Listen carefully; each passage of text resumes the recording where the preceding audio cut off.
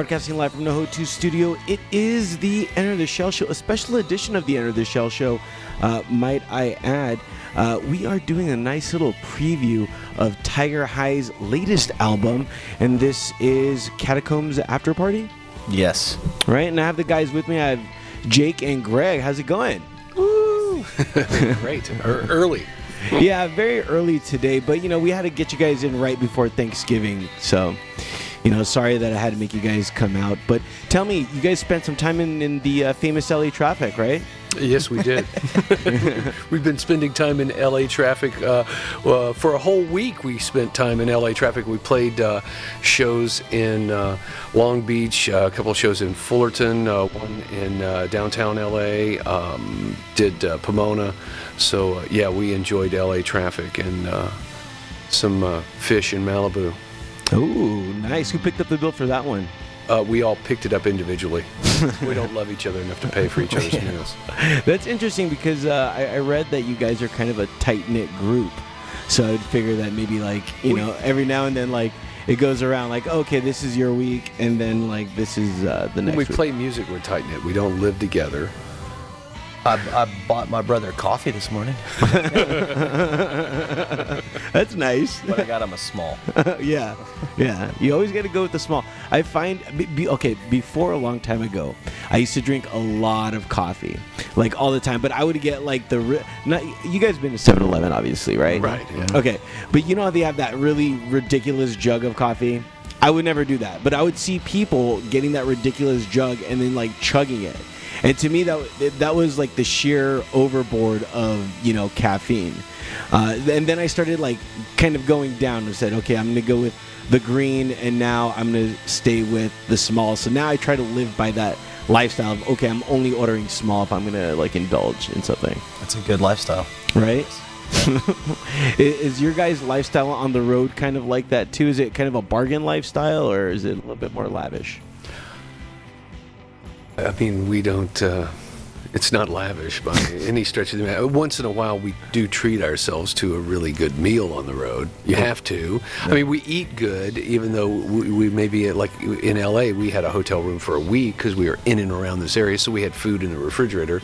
But we did go out to Malibu and eat some fish. And when we were in San Francisco, we went to a really awesome place down on the pier called Skomas and had a really super nice meal. But you have to treat yourself once in a while. But we don't eat a lot of shit on the road. You can't. And you can't really party a lot. You have work to do. It's interesting because I would figure life on tour is just a one nonstop party. No. Going getting chicken McNuggets for breakfast, and It's a good way to break up a band. Yeah, you can't. I mean, when you're going when you're on the road, you've got to.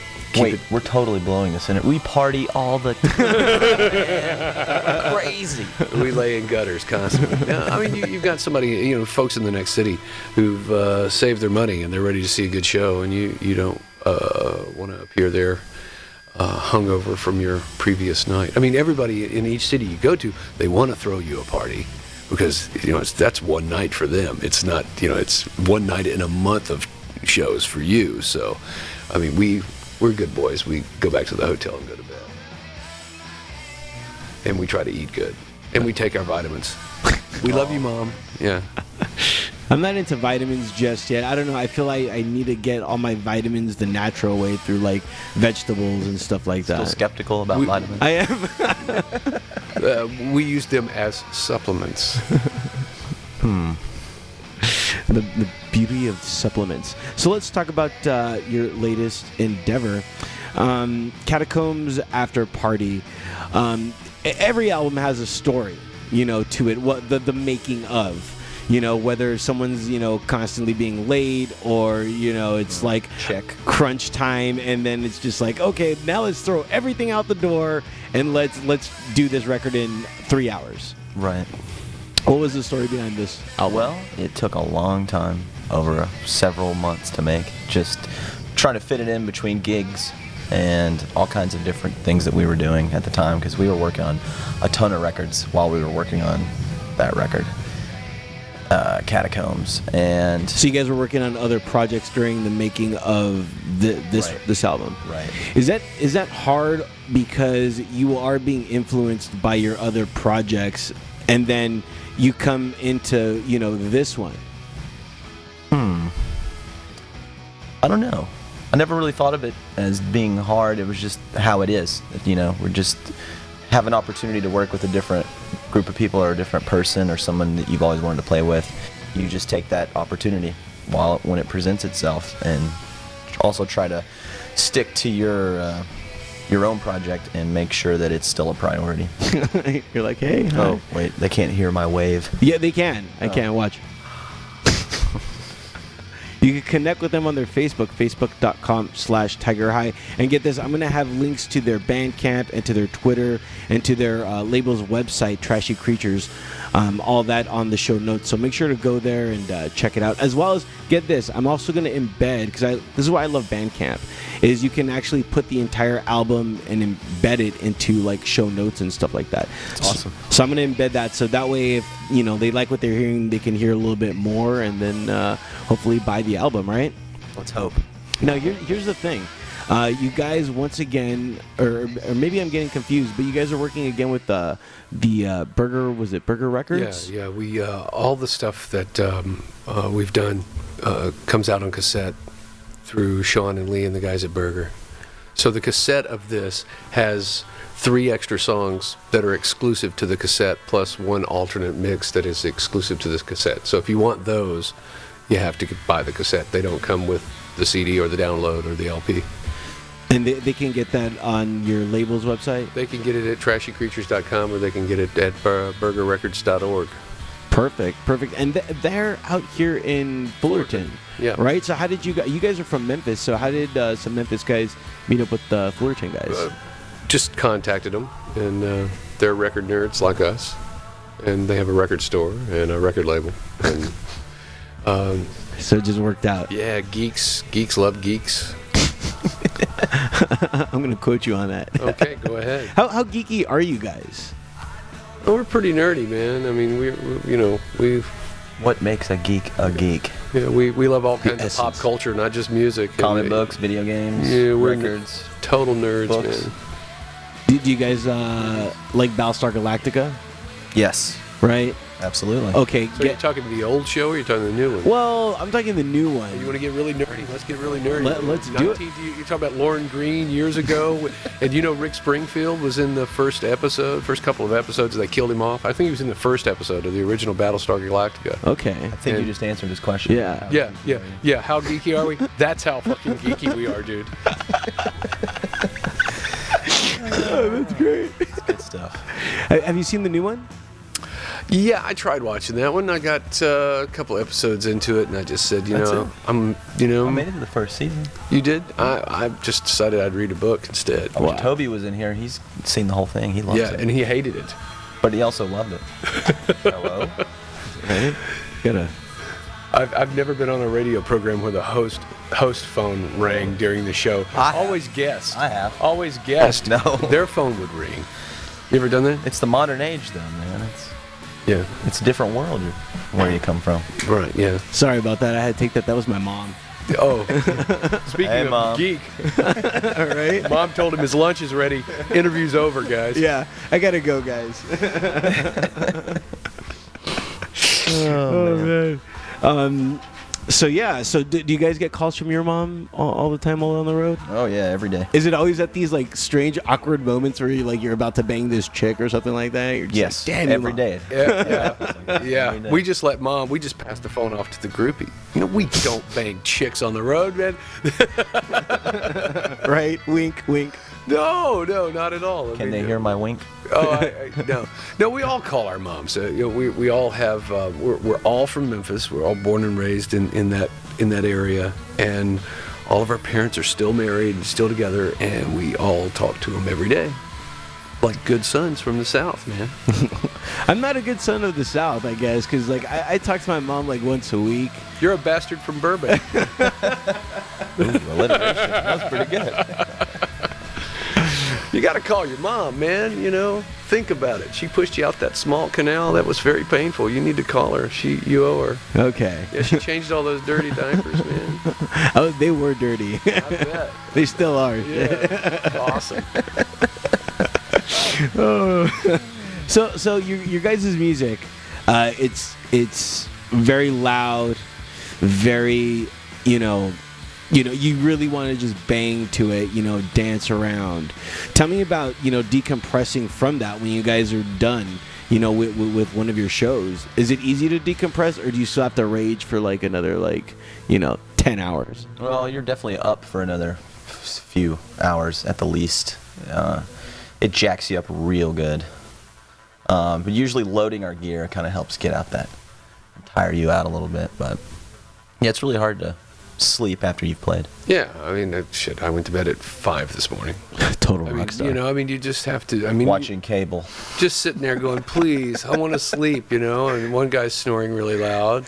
Oh, I actually have a recording. Oh, yes. Yeah, let's check this out. We've got one guy in the band. We're not going to identify him, but this guy, it's not one of us two. Yeah, right. Or is it? Or You make the call. there's some amazing bodily noises that happen from his area of the room, and check this out. This is really good. Last night it was awesome, and I just was too lazy to call get and up and response record. going on here.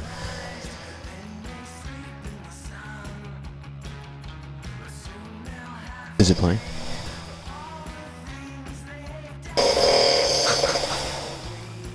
Sure. Yeah, it really does. It sounds basically like a vacuum cleaner that's just going. It's a little creepy. And then every now and then you'll hear a. It's insane. It was really creepy. It was like, I don't know. Sleep with it every night. It's really creepy. Sleep demons. Yeah. If you guys make a very creepy, Halloween-y song, I think you should include that like a sound effect kind of in the back, I think we will. Definitely sample it. Right? Yeah. Yes. Do you do that? Do you guys take audio from your normal life and then just, Yes. sample that in your music? Before. One of the tracks on our first record, Myth Is This, has, we took a microphone by the fence behind our studio. There was a bar directly behind us. People just loud and crazy. And so we took that and recorded it and smashed some bottles. I had a big bag. And then reversed it. Garbage bag full of bottles that I Fun. smashed into the walls. Dude, you can't get the redemption value. What's wrong with you? They don't pay like they do. They don't pay don't where do we're that in from like Memphis. they do out here. Yeah. Or we would be living off pop bottles too. What's your favorite can of soda? I don't drink soda. Or pop? I don't drink any kind of soda or alcohol. A glass bottle of Coca-Cola from Mexico. Well, speaking of which, you guys are going to be playing Tijuana. Yes. Yes. That's a segue right there. Yes, yeah, we're playing the All My Friends Festival in Tijuana. It's 4 stages and 40 bands and Tons of fun. Crystal Antlers, Pangea, Wow. Lovely Bad Things, us, and Tons of tequila. 37, 38, 40 more bands. Yeah, Tequila, Worms, a lot of bands, Tattoos, Women of the Night. Vandalism. Fantastic. Yeah, it's going to be awesome. While you're there, you can try my signature drink, or maybe a drink I'm trying to make signature. I'm a fan of gin and tonic, but I came up with a D to the T, and what that is, it's Dr. Pepper and tequila. You cough now. Like I said, I drink neither soda or alcohol, so I'll let somebody else try that. I'll Dr. stick Pepper and with my tequila. Yeah, fruit juice. Those sound like strange bedfellows. It does, but it works really well. Okay. I was thinking about calling it Dr. T or D to the T. I'm still on the fence on which is a better name. Dr. T Dr. T. and the women. Dr. T and the women. It is a Richard Gere. Richard Gere. I haven't seen that movie. Yeah. Terrible title. Terrible movie. Terrible movie. So maybe D to the T. Okay, D to the T maybe. Facebook.com/Tiger High is where you can find them at, as we are doing a nice little preview of Catacombs After Party the brand new album by Tiger High. Catacombs After Party, real quick. That name invokes you guys in some sort of cave party after a show, I'm assuming? Is that what you're going for? We're playing the party in the catacombs. Nice. After the party. So you would recommend, if you're ever going to have some sort of after party at a catacomb, put this on in a catacomb? Yes, it definitely sounds better when you're surrounded by skeletons. Drink your wine out of a skeleton. Read some Edgar Allan Poe, Cask of Amontillado. Tiger High, nevermore. Cool. Well, let's get into the Celebrity Corner. All right. And this is just like the portion where I talk about things celebrity and pop culture, things I deem pop culture. It's really crowded in this corner, by the way. Very crowded, which was what I like. So, get this. We all know Obama won, but I bet you didn't know... Obama won Kenobi. Yeah. That's a good one, right? That's a great one. Okay, so he won, but I have to tell you, he cheated. And let me tell you why he cheated. Because Katy Perry gave him a pair of her lucky underwear, to win.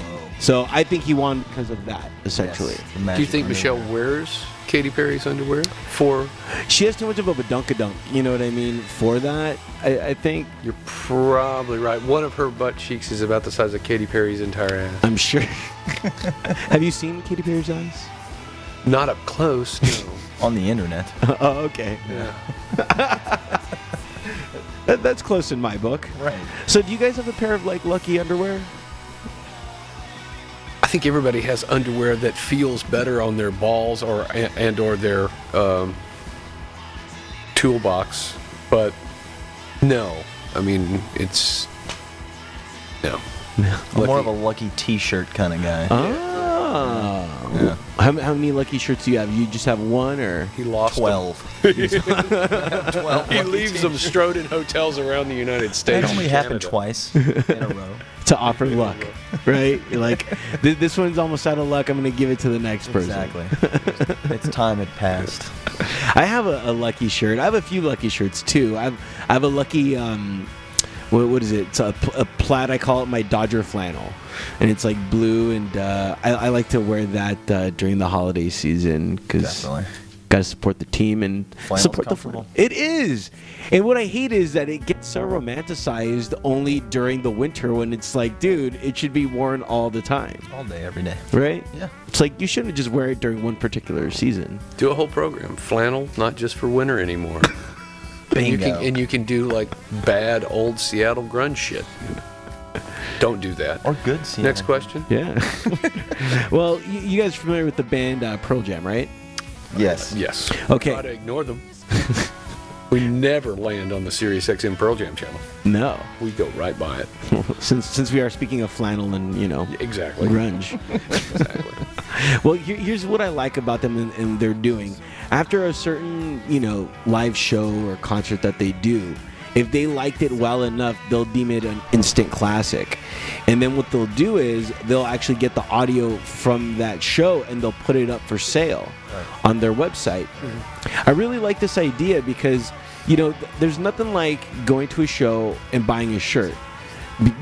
I do that all the time. Anytime I go to a show, I'm, buy a shirt. But for me, I always am trolling on the interwebs for audio of the show that I was at because I think that's, more of a memorable experience, especially with all Relive the moment. Bring home the magic. Exactly. Yeah. So I thought, have you guys thought about something like this? Absolutely. Yeah, that'd be great. There's a show we played in Santa Cruz on this tour, and we had two very pretty girls come up and bark at each other Yeah, they were barking. on the microphone while we were, and we just jammed over it. Yeah, in the middle of a song, yeah. Whatever. I'd love to hear that. Yeah, and have video of it. Yeah. Have you guys thought about somehow, bringing another sort of recording equipment for that? Would that be easy for you guys to do? Not on the road, really. I mean, that's something when it's kind of hard, to, recording equipment and try to, we've thought about recording shows and doing a series of live limited edition. Probably still will do that at some point. It probably won't be recorded in America or something. It'll probably be in and around our home where we can recording. Yeah, setting up our gear sometimes can be enough work. As opposed to also setting up a recording. Yeah. If we could bring somebody with us, then absolutely. So. Yeah, but financially, you can't put one of our favorite engineers. Can we borrow some money? Yeah, I was going to ask you guys for money. Really? I need to keep the lights on in this place, man. Speaking of people that need to borrow money, the Rolling Stones, they would love your money. You guys know that they're going to be playing, their live show out. They're doing 2 out in London and then 2 in New Jersey. Even though they're saying it's a New York show, but it's in New Jersey. Yeah. I'm like, come on, let's not get non-geographical here. We know exactly where you're at. I've seen a map. Right? So get this. They're saying the reason why the ticket prices are so high, because I don't know if you guys are interested in seeing them. 180, no, 580. So check this out. 5,080. For a VIP package, look at you. I'm not going to see the Stones, but I am wearing my Keith Richards shirt because he's fucking awesome. So for a VIP package, it's $1,500, right? That's ridiculous. And they're saying the reason why these prices are so high is because they're putting a lot of money into the stage and the actual show into their pockets. Yeah. Mick Jagger's dance lessons. Yeah, I'd pay that to see him prior to 72 on back.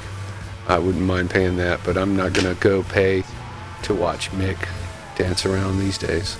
But there's something very interesting about a band that's now focusing more on the show rather than the performance. To me, that's like, hey, you know what? I'd rather you save me some cash. I don't need 10 inflatable dicks and shit on the stage. Right? Floating stages and all that. Just play in the club and we'll pay $20 and it'll be awesome.